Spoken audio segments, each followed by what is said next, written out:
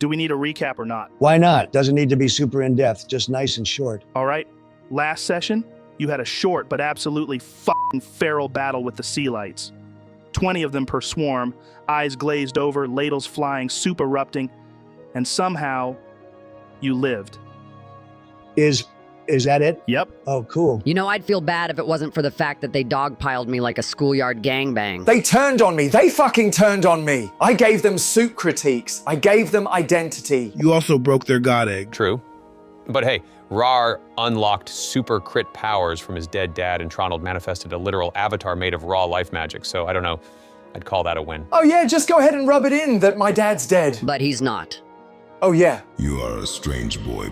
Joe, while everyone's bitching and rinsing off soup chunks, mind if I have a look around? See if there's any lootation to be had? Sure, give me an investigation check. Guidance. Flash of genius. All right, 22 plus 5, that's a 27, Joe. Tronald, as you sweep the battlefield with your eyes, soup steam still hissing off the broken egg, you pick your way deeper into the wreckage, your boots squelching through half-cooked yolk and scorched sea light hide. Wreckage sprawls everywhere. Soup stains baked into the stone, splintered ladles lying like broken arms, cracks running deep through the icy floor, spiderwebbing under your feet. Beneath the ice, you spot something different. Longer bones. Human. Half-curled and tangled like driftwood frozen under a lake. Right, when we say buried under the ice, how deep are we talking, Joe? Not deep, just surface level? Oh, brilliant. Then in that case, I'll stomp on the ice.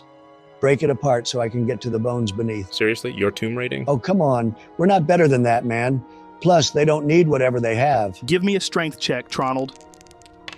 Okay. Oh, nice. I actually rolled decent. That's a 15, Joe. Nice. Wait a second. Why didn't anyone give me any buffs just in case I flop? Because I find it hilarious when you fail strength checks.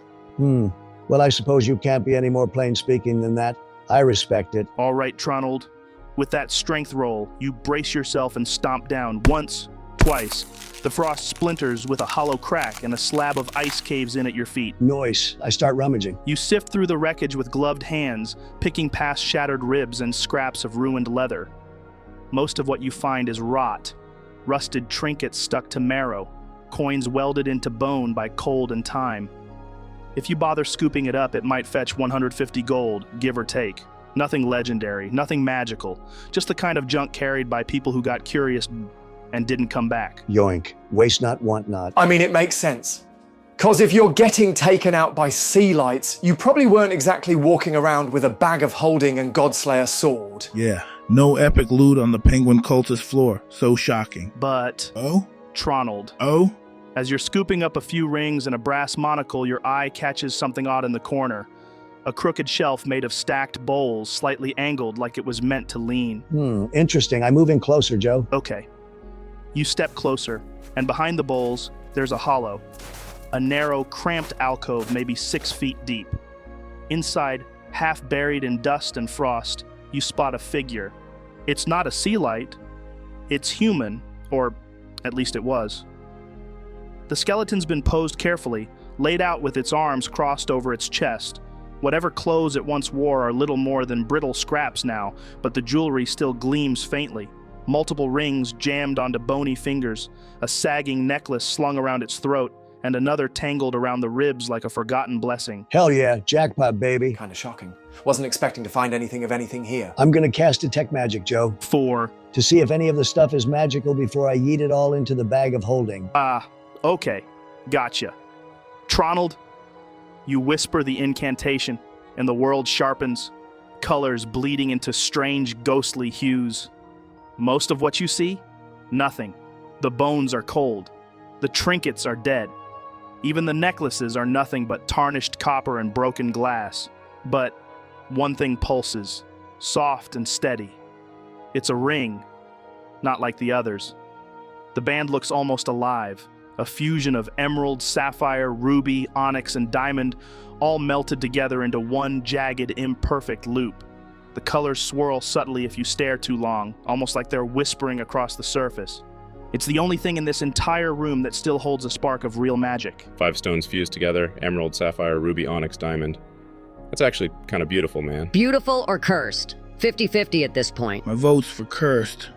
Nothing that pretty stays pretty without a price. I mean, gems like that aren't normally fused unless it's really deliberate. Maybe some old school Arcantara crafting, like pre-cataclysm relic stuff. That's actually a good as hell call, Alden. Joe, would I know how long this body's been stuck down here? Someone would have to make a survival check. I'll give Tronald a hand with it. Guidance. Okay, advantage. And with guidance, that's a 14. Is that it? Hey, lay off me. My survival's straight ass, all right? Not as bad as my strength, but still. Honestly, it's fine. You kneel by the bones, brushing a crust of frost from the ribcage with the back of your hand, and you ponder. The skeleton isn't just old, it's ancient. No scraps of flesh, no scraps of memory.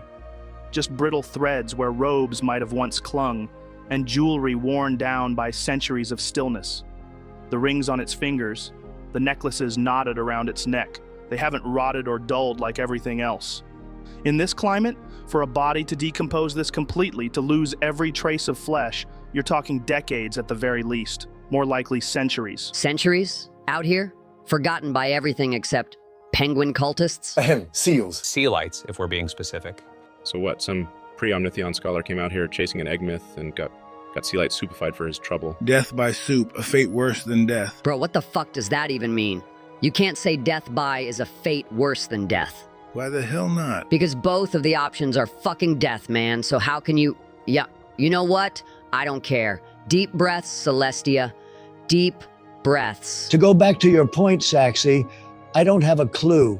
I can't seem to pinpoint exactly how old these bones are, but they have the potential to be old. You all glance at the skeleton again.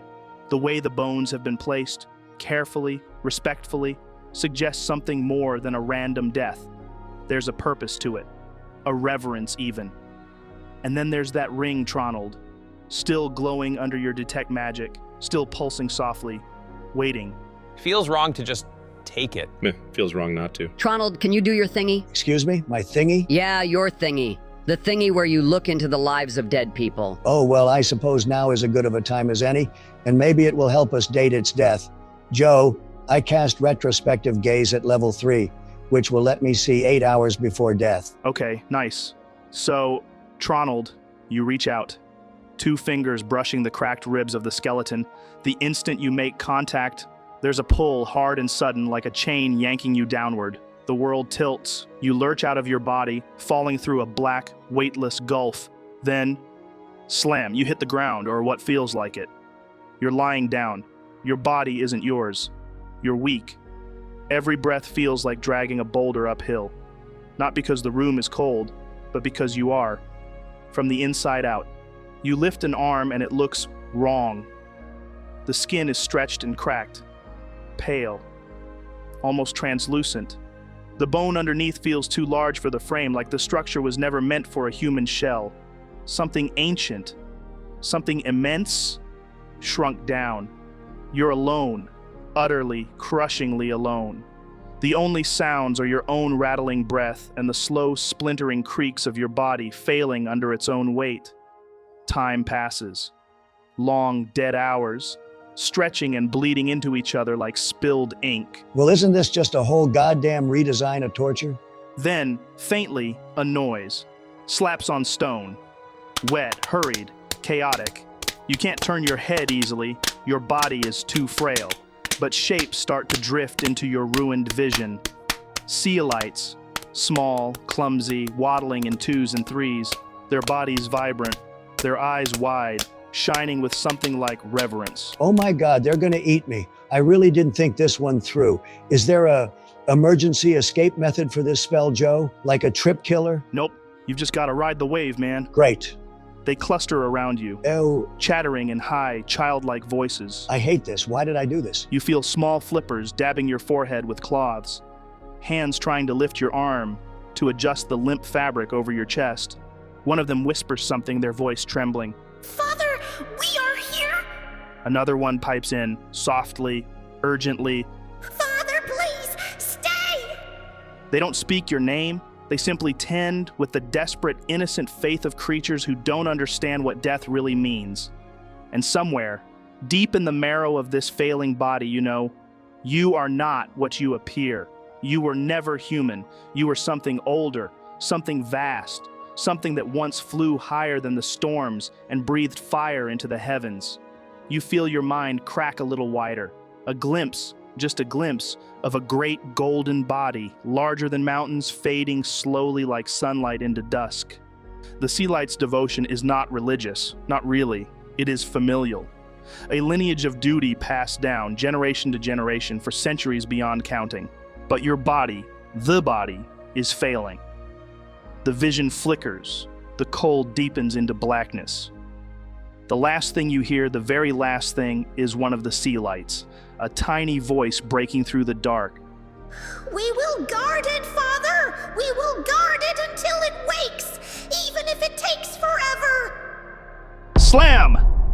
You jolt back into your own body, gasping, your hand still resting on the skeleton's ribs. The world is suddenly too loud, too bright, too fast. The smell of burned egg yolk floods your senses. The others are staring at you. Damn right we are. So what did you see? Fuck! For fuck's sake! For fuck's sake!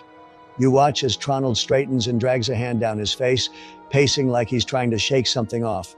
They were looking after him. Somebody ancient, somebody important, like a fucking dragon or something. Who? This thing here and that egg, it wasn't some myth, it was their purpose. They lived and died, generation after generation, believing they were protecting something sacred. Well, that's just made me depressed. They survived everything, wars, ice ages, goddamn cataclysms. And the only thing that broke them was us. You know what, man? That thing was never gonna hatch. I kick a shard of broken eggshell away. They weren't protecting life. They were torturing themselves. Waking up day after day wondering why their ancestors, their grandfathers, their fathers, their mothers lied to them. Gave them an impossible task to chase until they died.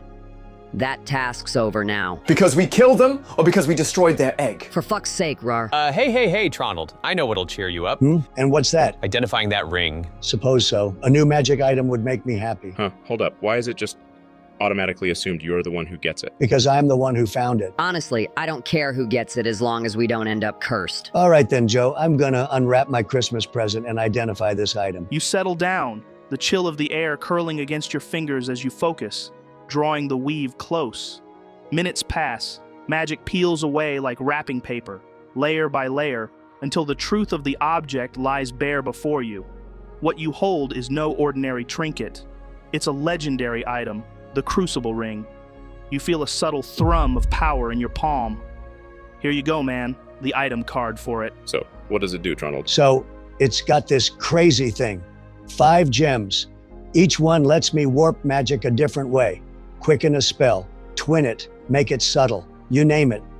3 uses a day. I tap the side of the ring thoughtfully. But here's the sitch. Looks like it's already been damaged, like 5 times. See, it should have had 10 powers, but half of them are just gone. Very interesting. Very, very interesting. I'm definitely keeping this. So, downsides? Or is this one of those use it willy-nilly until it bites you in the ass situations? Oh, there's teeth. If you burn all 3 charges in one day, you roll at dawn. On a 1, one of the meta magic effects shatters, like permanently. On a 2, the ring stays whole, but you don't get any charges back the next day. Just sits there like a sulky Saxy. Excuse me? And on a 3 to 6, all charges restored. You're back in business. So yeah, it's a gamble, but a damn good one. Especially if you don't ever use all 3 charges. That certainly seems the safest play. That's wicked. Hold on a second. I think we should put this to a vote, no? I mean, I know you said you found it and called dibs, but maybe we let democracy decide. Sure, whatever. Great, all right then. All those in favor of me getting the ring, say aye? Okay. And all those in favor of Tronald? Aye. Aye. Democracy's overrated anyway. Hey, you've already got a bunch of that residuum gear.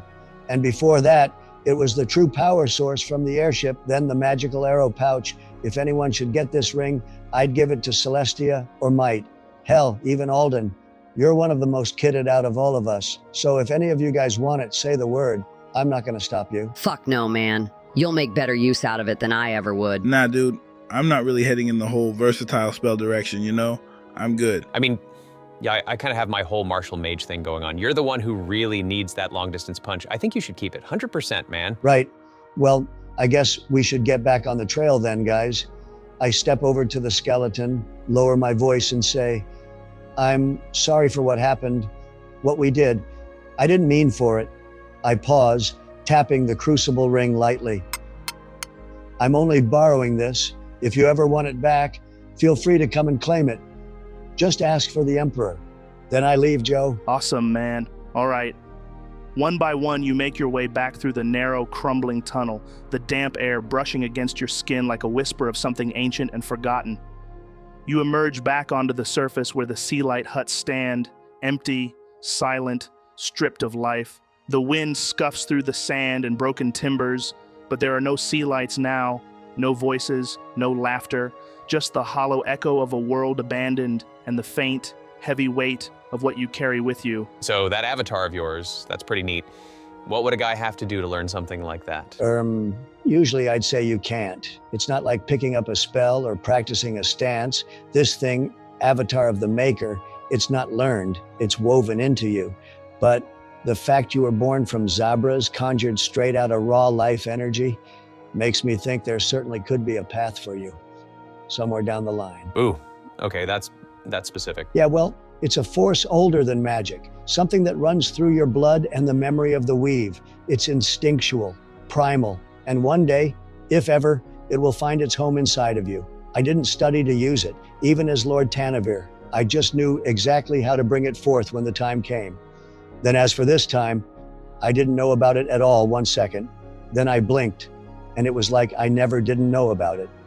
Make sense? Yeah, I think that makes sense. So it's kind of like Bigby's hand, but even better? I wouldn't say better even though it is. It's just more connected, more personal. I don't know how to explain this. I don't think you need to explain it. To be honest, it's cool as shit. And I'm just glad we've got you on our side. But hey, do you think we've earned a rest yet? Because it feels like we've been walking forever. It's not actually been long at all. Not since we woke up. And not since we became an extinction event for them sea lights. It's been a very productive day, if I do say so myself. Yeah, no point stopping just yet. Let's just keep walking for now. Save the rest for when it actually feels like we well and truly need one. You leave the ghost town silence of the sea light huts behind. For the first hour, the terrain is much like before. Flat, desolate, cruel in its stillness. But then, the land begins to shift. The ground grows choppy. Gradients rise without warning. Steep inclines like frozen waves that crash into sudden, sharp drops. The snow beneath your feet feels less like something you walk on and more like something you drift through. Direction grows uncertain. Every slope could be the same slope. Every dip could be the last one. It's like the earth itself is shrugging off its stillness, growing restless. The cold? It's not just cold anymore, it's alive. Creeping, settling into the seams of your gear and clinging to your lashes like frostbite's whisper. The air hangs with icy fog, deadening sound and reducing the world to blurred silhouettes and ghost shapes, barely 10 feet away. This fog sucks. I can't see shit. Are we sure we're not just walking in circles? I hold my hand out in front of me, fingers wiggling through the mist. If we are, I vote we sack the guy in charge of directions. Fucking freezing, man. Just move legs, swing arms, cover nipples. That's how you defeat the snow. You let it beat you, it wins. Then you're just a frozen turd statue someone else has to step over. Oh great, that's another Raarh quote I'll save in my memory for later. If you let it beat you, it wins. Fucking fantastic. Poetic, really, but I'd rather not die to terrain. Joe, anything ahead look like it's trying to kill us yet? Not yet, buddy. But as you push forward, the terrain gets worse. The land rises suddenly. An unnatural gradient, damn near a cliff face at 60 degrees, packed with slick ice beneath a crust of snow. Every foothold you test crumbles like stale bread. The climb is shortish, maybe 30 feet, but it's treacherous. One slip and you're tumbling back into a gully full of jagged ice and rocks. Right, well, we just make our way up it, Joe. It's not going to be an issue between me, Saxy, and Mite. And sure enough, it's not. Between Saxy's arcane lift, Mite's black pudding, Raarh's brute force, and Alden's nimbleness, the climb isn't worth rolling for. Tronald, you slip once near the top, but Raarh grabs your wrist without missing a beat. Celestia, your gear fights you every step, but with the help of the others, you make it. Together, you crest the ridge, and that's when you see them. Tall, jagged pillars of ice, jutting from the snow in irregular clusters. No two are the same shape or size, Some thin like spears, others thick as trees. They hum, not quite music, but something eerie. And then you hear a voice. Listen up, pal. I don't like it, not one bit. If you don't quit staring at me, we're gonna have a problem. Oh, did you hear that, guys? I heard myself in it. I wonder what these things are. I haven't got the slightest clue. But that was definitely your voice. Joe, I want to see what the sitch is with this. Gonna give them a little feel, a little grope, a little bit of investigations. Oh, Tronald's getting his diddle on. All right, give me an Arcana check. That's a 21, big lad. What kind of magics are we dealing with here? So, at the risk of sounding repetitive, they don't feel like magic in the way your spells do. No enchantments, no abjurations pulsing beneath the surface. These pillars aren't enchanted, they're attuned, directly connected to the land itself, like antennae tuned to the frequency of memory, pulling echoes from the world around them and letting them ring in the ice. Cool. Hey guys, so these things are kind of like memory resonators? Not magical in the spell sense, but they're somehow pulling stuff out of the land. Old conversations, echoes, maybe even thoughts. Weird shit. Well, that's interesting and all, but it really serves no purpose, so let's continue forward. I agree. Let's go. So you keep walking, leaving the pillars behind, their eerie hum fading into the ever-thickening air. Another hour passes, then another. Still no change in the light, just that same iron-gray dullness, like the sky's been painted shut. No sun, no moon, no direction but forward. And even that starts to feel like a guess. But the voices don't stop. Snippets of your own words. I don't care what it costs. I'll burn the whole world if it means I win. Things you remember saying. I press the eye, Joe. Things you don't. I wish he'd seen the armor. He would have been proud, I think. Start drifting in with the cold. I really need to find myself a big-titted goth girl. They come twisted like frost-bitten echoes, distorted out of order. Some are harmless. Others feel like secrets you never meant to share. Private things hurled back at you from the snow. I wonder what bare ass tastes like. Whoa! What the fuck is this? It's making random shit up now! I'm not fucking having it! Swear to God I'm not! Jeez, nobody accused you of anything. But with that reaction, it makes me think you've got some weird fantasy about big bear booties. I don't think this is a safe space anymore. Did he mean to eat it or to eat it? Probably both. Ha, ha, ha. You're real funny, Saxy. I tell you what, keep laughing and I'll get Tronald to polymorph you into a bear. I don't get it. Oh, I get it! I'm gonna go ahead and assume that was just some weird joke aimed at Tormund. No need to confirm or deny, but that's what I'm going to assume. Does someone want to give me a perception check? Yeah, sure. So that's only a 15, Joe. You stop once, then again and again, but there's nothing. No shapes in the fog, no figures trailing you, just snow, silence, and then another whisper. You put the lime in the coconut and mix them both up. And another. There's a reason you are who you are and I am who I am. A moth can never be a butterfly. Just like a bird can never be a dragon. And another. Sometimes I wonder if I could cook and eat my own leg. Not out of hunger, just curiosity. You keep moving. What else is there to do? The terrain folds in on itself, slopes up, dips down, levels out, then does it all again. At times the ground feels more like ocean swells than land. You slip once, then again. Your thighs burn. Your breath fogs so thick it clings to your lips like gauze. The cold gnaws at your fingers, your thoughts, your sense of time. It's been hours, 8, 10. You can't tell, you're exhausted, bone deep. And then you crest another ridge and your stomach drops. There they are, the same jagged pillars. Still humming, still singing, still standing. Like you never left. Oh, bullshit. We've gone in a complete circle, guys. Wait, are we absolutely sure this is the same area as before? Dunno, let me check. Joe, I crouch dramatically and sniff the air. Yeah, nah. Definitely is. And how the hell do you know that for certain? Here, look. Joe, I hold something out towards Saxy. Do you take it? For lack of better judgment, sure. So, what the hell is this? Sea light shit. For fuck's sake. I chuck it straight onto the ground, Joe. Why did you just give me sea light shit, and why the hell have you been carrying that around? Well, 1, it's funny. 2, I've been dropping them behind us since we started losing visibility. Breadcrumb system. But you know, with turds. But, it didn't work because, we did get lost? No, we didn't get lost. We got the opposite of lost. We boomeranged. We did a full tactical shit. Wait. So you knew we were circling hours ago? Like, when we first stepped over one of your trail nuggets again? Yeah! And you didn't think to tell us? Didn't see the point. We'd still have had to trek 3 more hours back to here. Only difference is I'd have had to listen to you bitch about it the whole way. So what are we thinking? What's the plan here? All right, someone needs to say it. Either the world is broken or we are. Because I swear we walked straight. Yeah, it's like muscle memory or whatever. The ground doesn't even matter. You swear you're walking a line, but you're drifting the whole time. That doesn't explain the voices, or the fact that we ended up back at the exact same icicle circle. That's not just poor navigation, that's interference. Okay, but what kind of interference? Magical, geographical, psychological? I mean, do the pillars move? Could they move? Am I losing my mind here? Maybe we're ghosts, dudes. Maybe we died like 6 hours ago and this is just hell. I can confirm it is in fact not. Vizariel says it isn't. Tell him thanks for confirming the fucking obvious. Okay, sure. No, I was joking. Don't tell him that.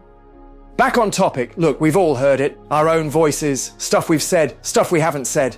I heard myself talking about big titty goth girls, and I stand by that, but I didn't say it out loud. Yeah, can confirm that you definitely didn't. That would have been the first thing I clipped to memory. So we're hearing stuff from the past, and also weirdly from the wrong past, or a potential future, or a timeline where Raarh's dating a demon librarian. Maybe the choir's not just replaying sound. Maybe it's distorting it, bending memory, stretching voices. Like, what's the arcane equivalent of a prism? You mean a magical diffraction field? For the life of me, I can't think. You mean a magical diffraction field? Yeah, yes, exactly. I swear to God. Joe, is there any way we can confirm this? Yeah, sure. Give me an Arcana check. Guidance. Oh, nice. That's a 24. Nice. What you're hearing is real, but it's not current. So they're like ice memory towers from the future and the past. Echo repeaters, trauma towers, whisper Wi-Fi. Guys, what if that's how we got looped? We followed the sound, the familiarity. We heard ourselves, our own words, so we naturally veered that way. You think we've been chasing our own voices? More like being herded by them. Fuck, that's good, real good.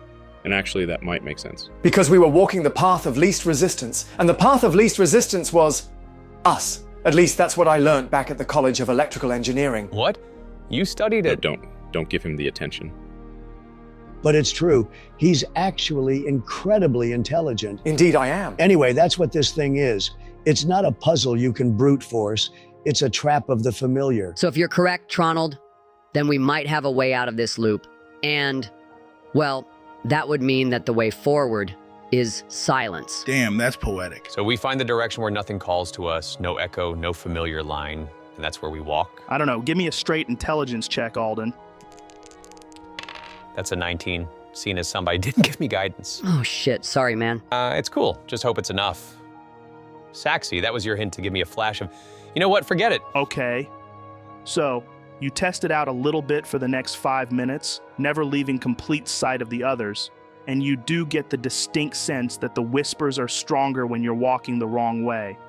That each time you followed a familiar line, it got louder, clearer. But when you stand still, listen close, there's one direction where it's almost unnerving how quiet it is, like the choir is ignoring it completely. Then that's it. That's our way out. Awesome. Worst case scenario, we loop again, and I get to hear more of Raarh's deep impersonals. Exquisite. All right then, Joe. We line up, we move slow, we stay quiet, and we follow the absence. I'll alert you all if I see any sea light shit. And we appreciate that contribution. Thanks, Raarh. All right then, guys, you begin walking again, shoulders tight, ears trained for the first emergence of any whispers. Or sea light shit. Yeah, or sea light shit. You don't talk, no one dares. You push forward, step after step, crunch after crunch. No wind, no sun, no moon, just the gray, iron-smudged, icy fog pressing in from all sides. You feel like you've been walking for an hour, maybe 2, but your legs ache like it's been days. Your breath fogs thick in front of you, which doesn't seem possible with how foggy it already is, yet it finds a way. Every inhale scrapes against your lungs like the water particles themselves are being breathed into your lungs, where they're freezing and stabbing you from the inside like little pins. Time bends and warps, like you're crawling through a dream someone else had long ago and forgot to finish. And then, you emerge from the fog. There's no sound, no fanfare, just an easing. Like silk slipping off your shoulders, the grayness peels away. And then, you see it. A mountain. But not one shaped by wind and stone. This one rises like a god's sculpture, jagged, elegant, impossibly smooth in places and violently carved in others. It's not just snow-capped. No, it glows. The entire mountain appears to be formed of solid sapphire ice, fractured and faceted like crystal. Blues of every shade ripple through its veins, deep ocean cobalt at the base, glacial azure along its flanks and high above, where spires spike like frozen cathedrals, a faint, radiant cerulean that almost hums with light. Ridges curl like frozen wings. Runnels of silvery frost trace delicate patterns into its sides, which come and go like wafts of wind. Waterfalls of sheer ice tumble eternally but never melt, suspended mid-flow. And the sky behind it? Clear. Perfectly clear. And that's when it hits you. All of you take 2 levels of exhaustion. Ah, fuck. I clutch my knees, gasping. What? That wasn't an hour. That was no way in fucking hell just an hour. My calves are goddamn crippled. They feel like they're trying to claw their way out of my skin. It's because you don't drink enough electrolytes. You're getting cramps. I collapse backward into the snow. Did we just age? Like, not physically, but I feel like we left pieces of ourselves behind in that fog. I slumped down beside him.